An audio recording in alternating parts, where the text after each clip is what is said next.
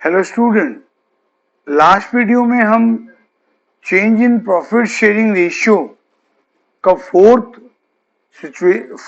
Accounting problem discuss कर रहे थे, जिसका नाम था revaluation of asset and reassessment of liability. उसका हम केस 1 पढ़े थे, जिसमें लिखा था व्हेन रिवाइज्ड और changed value of asset and liabilities are to be recorded, जो नॉर्मली हम करते हैं एडमिशन में और रिटायरमेंट में। आज हम उसका केस 2 पढ़ेंगे। तो क्या हेडिंग लिखो, when revised ब्रैकेट में changed value of asset and liabilities are not to be recorded, are not to be recorded। ठीक है, तो इस केस में हम जो पढ़े थे इसका प्रीवियस वीडियो में कि जब अक्यूमुलेटेड प्रॉफिट या अक्यूमुलेटेड लॉस को हम नया बैलेंस शीट में शो करेंगे उसी वैल्यू में जो वैल्यू में वो अपीयर कर रहा था, तो उस समय जो हम ट्रीटमेंट किए थे वैसे ही करेंगे यहां पर। वहां पर हम निकालते थे नेट इफेक्ट, यहां भी निकालेंगे नेट इफेक्ट। फिर निकालेंगे कौन पार्टनर सेक्रीफाइस किया, कौन पार्टनर गेन किया, फिर उसका एंट्री करेंगे पूरा एग्जैक्टली वैसे ही।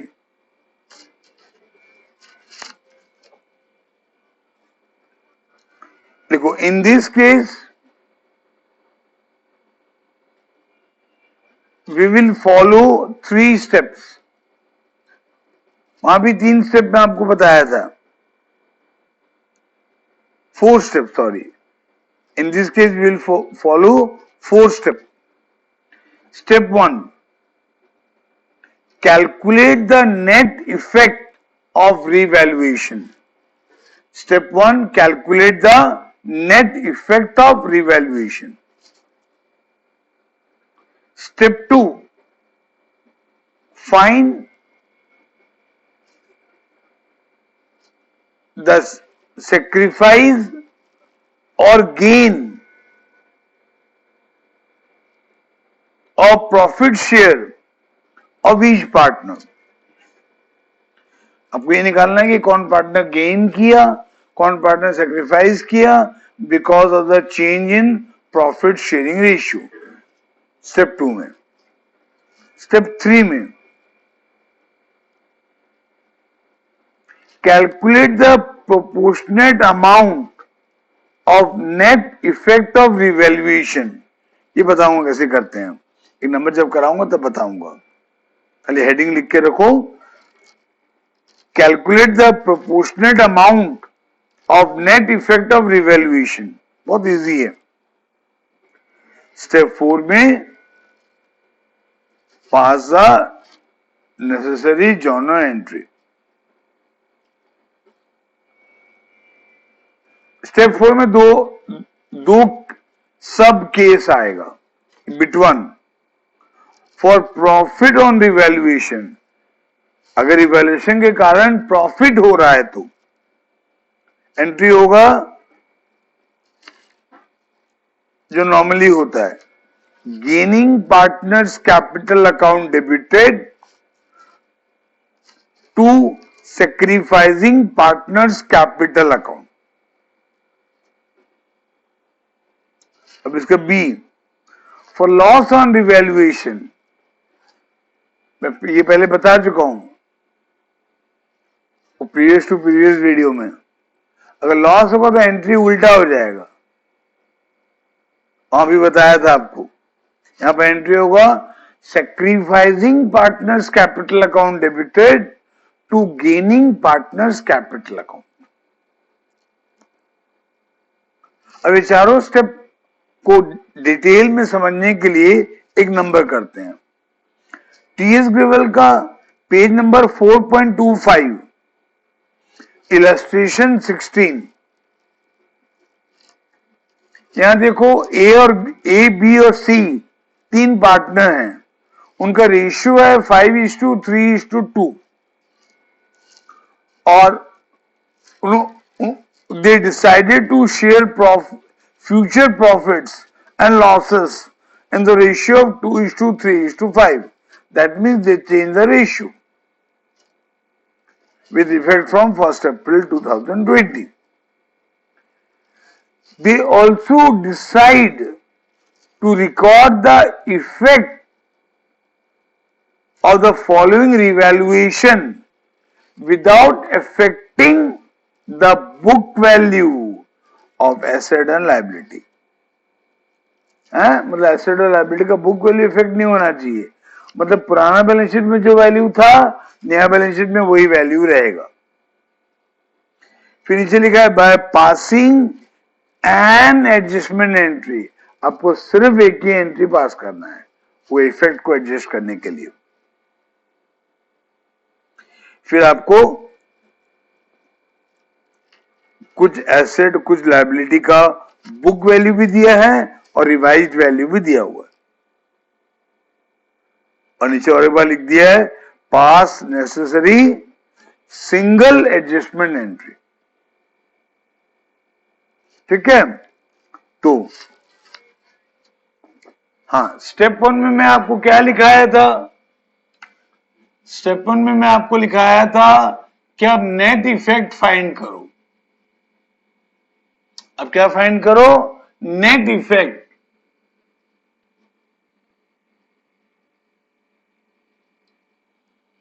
नेट इफेक्ट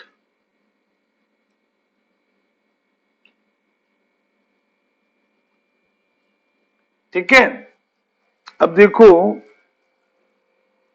हमको एक एसेट दिया है land and building. Land and building का बुक वैल्यू है 5 लाख, लेकिन रिवाइज वैल्यू दिया है 5.5 लाख। तो लैंड एंड बिल्डिंग का वैल्यू बढ़ रहा है कितना? 50,000 से। तो ये प्रॉफिट है, इसलिए मैं प्लस लिखा। प्लांट एंड मशीन का वैल्यू घट रहा है, इसको मैं बाद में लिखूंगा, पहले प्लस वाला लिख देते हैं। फिर सन्ड्री क्रेडिटर का वैल्यू घट रहा है तो ये प्रॉफिट है, लायबिलिटी का वैल्यू घटेगा तो प्रॉफिट है। सन्ड्री क्रेडिटर का वैल्यू 5,000 से घट रहा है, हाँ, तो हमारा 5,000 प्रॉफिट हुआ। ठीक है। फिर आउटस्टैंडिंग एक्सपेंसेस का वैल्यू बढ़ रहा है। आउटस्टैंडिंग एक्सपेंस भी लायबिलिटी होता है, लायबिलिटी का वैल्यू बढ़ रहा है मतलब नुकसान है। बस इस क्वेश्चन में प्रॉफिट 2 ही है, पहले दोनों प्रॉफिट को ऐड कर देते हैं तो हमारा टोटल प्रॉफिट हो रहा है 55,000। ठीक है। अब नुकसान लिखेंगे। प्लांट एंड मशीन से हमको नुकसान हो रहा है, तो इसको ऐसा करते हैं इनर कॉलम में लिखते हैं। प्लांट एंड मशीन से हमको कितना नुकसान हो रहा है? इससे हमको नुकसान हो रहा है 10,000 रुपया। इससे हमको नुकसान हो रहा है 10,000 रुपया, क्योंकि उसकी वैल्यू 2.5 लाख है बुक वैल्यू, और रिवाइज वैल्यू घट के 2,40,000 हो गई है, तो 10,000 घट रहा है। आउटस्टैंडिंग एक्सपेंसेस हमारा बढ़ रहा है 15,000 से, ये लायबिलिटी है। लायबिलिटी बढ़ेगा तो ये भी हमारा नुकसान है, और ये बढ़ रहा है 15,000। ये भी नुकसान है, ये लॉस है, बल्कि मैं इसको ब्रैकेट में लिख रहा हूं। तो अब टोटल नुकसान हमारा हुआ 25,000। रिवैल्यूएशन के कारण हमारा प्रॉफिट हुआ था 55,000 और लॉस हो रहा है 25,000, तो नेट इफेक्ट आएगा 30,000। नेट इफेक्ट आएगा 30,000 और ये प्रॉफिट आएगा ना।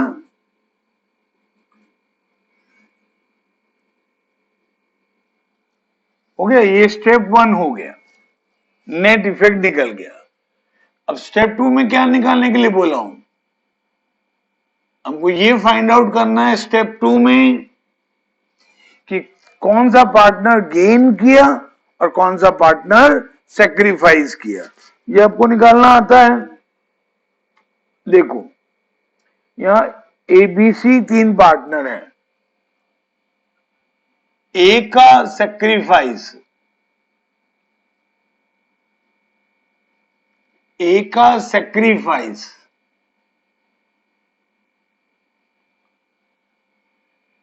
ए का ओल्ड शेयर क्या था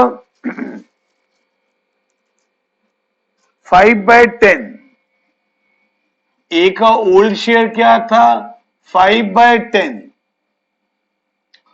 और ए का न्यू शेयर क्या है 2/10। ए का न्यू शेयर क्या है 2/10, तो ए का सेक्रीफाइस आएगा 3/10।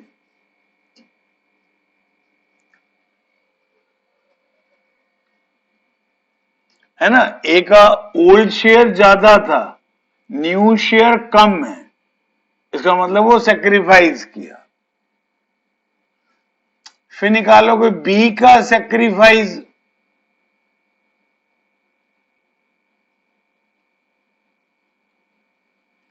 बी का सेक्रीफाइस, बी का ओल्ड रेशियो था 3/10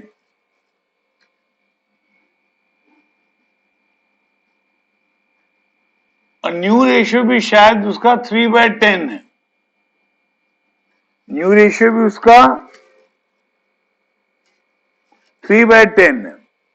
तो इसका मतलब वो ना तो सेक्रीफाइस किया ना ही गेन किया। अब 3 पार्टनर हैं, एक का ना सेक्रीफाइस आ रहा ना गेन आ रहा है, तो कंफर्म हो गया अगर पहले पार्टनर का सेक्रीफाइस आया है 3/10 तो दूसरे पार्टनर का गेन आएगा 3/10, मतलब सी का सेक्रीफाइस नेगेटिव में आएगा। सी का सेक्रीफाइस नेगेटिव में आएगा। सी का ओल्ड रेशियो था 2/10 और न्यू रेशियो है 5/10, इसको सॉल्व करेंगे तो आएगा -3/10, तो सी का सेक्रीफाइस नेगेटिव में आ रहा है, इसका मतलब सी गेन किया।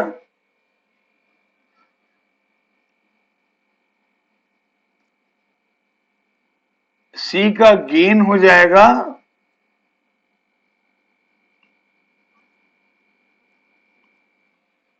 3/10, सी का गेन हो जाएगा 3/10। क्लियर? अब स्टेप 2 हो गया। अब स्टेप 3 मैं बोला था आपको बताऊंगा।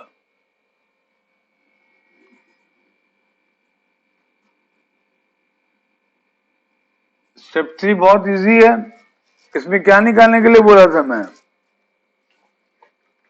बोला था निकालना proportionate amount of net effect of revaluation. बहुत सिंपल है, ए का आएगा कितना ये कितना सेक्रीफाइस किया था? 3/10।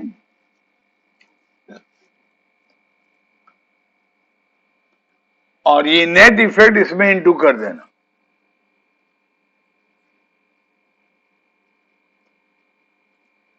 तो ये आएगा 3,000, नहीं सॉरी, ये आएगा 9,000।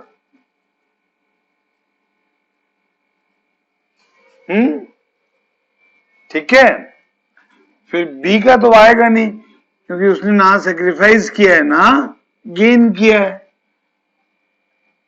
सी का आएगा, सी ने गेन किया है,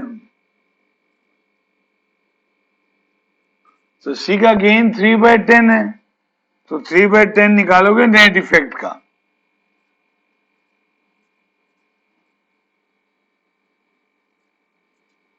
ठीक है, तो ये आपका है proportionate amount of net effect of revaluation. ये है proportionate amount of net effect of revaluation. अब इसके बाद एंट्री पास करेंगे। एंट्री में 2 लिखाए हो आपको, पहला वाला होगा कि दूसरा, वो डिपेंड करेगा नेट इफेक्ट के ऊपर। अगर नेट इफेक्ट प्रॉफिट है, प्लस है तो प्रॉफिट है, तो पहला एंट्री होगा। और पहला एंट्री क्या है? Gaining partners capital account debited. हमारे एग्जांपल में कौन गेन किया है? सी, तो सी का कैपिटल अकाउंट डेबिट होगा और ए का कैपिटल अकाउंट क्रेडिट होगा।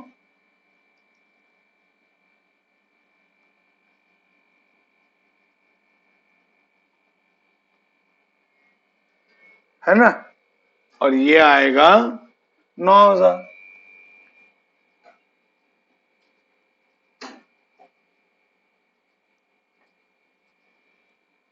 तो ये वो सिंगल एंट्री है जिसके द्वारा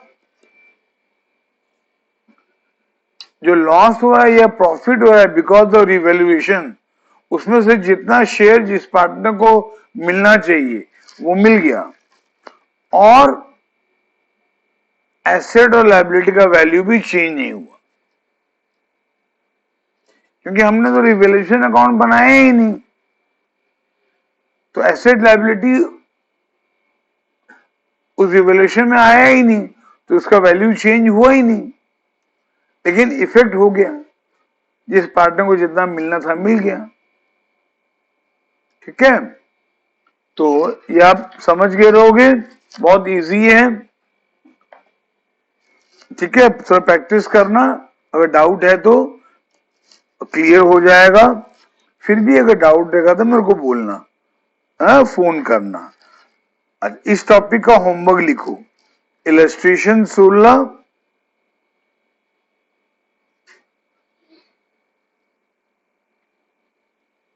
इलस्ट्रेशन 17,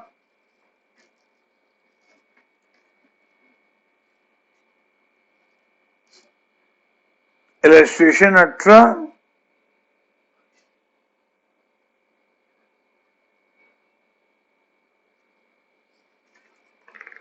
ठीक है,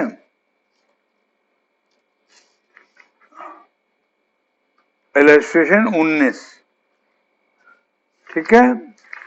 और प्रॉब्लम करना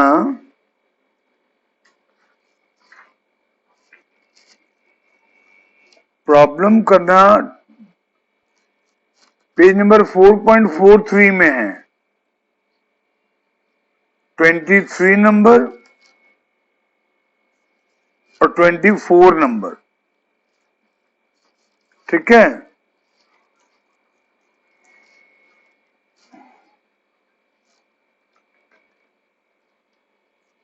प्रॉब्लम 25 भी कर सकते हो, 26 भी कर सकते हो,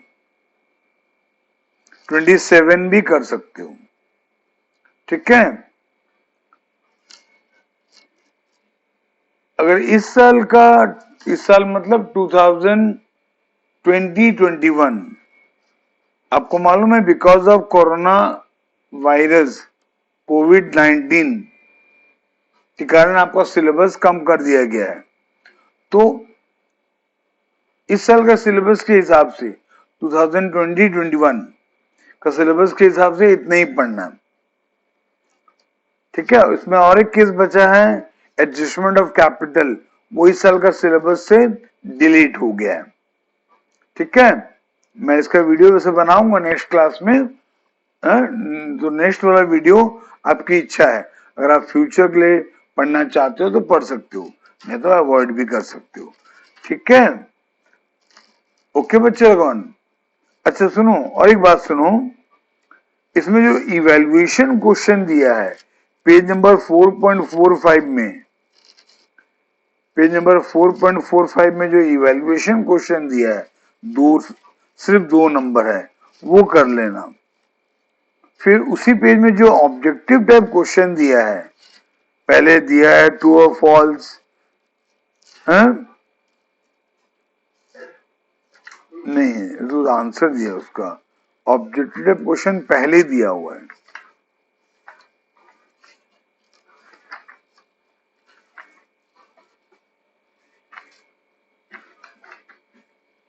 हाँ, ऑब्जेक्टिव क्वेश्चन पेज नंबर 4.35 में दिया है, पहले दिया है ट्रू और फॉल्स, ये कर लेना। इसमें से कुछ ना वो कैपिटल एडजस्टमेंट का हो सकता है, अगर आपको समझ में ना आए बिकॉज ऑफ कैपिटल एडजस्टमेंट तो मेरे को बोलना, मैं तुमको बताऊंगा वो नंबर करना है कि नहीं करना है इस साल के लिए, ओके। फिर दिया number fill in the blanks, वो करना। फिर दिया एमसीक्यू, वो करना। फिर दिया very short answer type question, वो करना, ठीक है। तो ये चैप्टर 2020-21 का सिलेबस के हिसाब से खत्म है, और एक वीडियो बनाऊंगा कैपिटल एडजस्टमेंट का, वो आपकी इच्छा है, उसको आप देखो या ना देखो, ठीक है बच्चे लोगों। Have a nice day.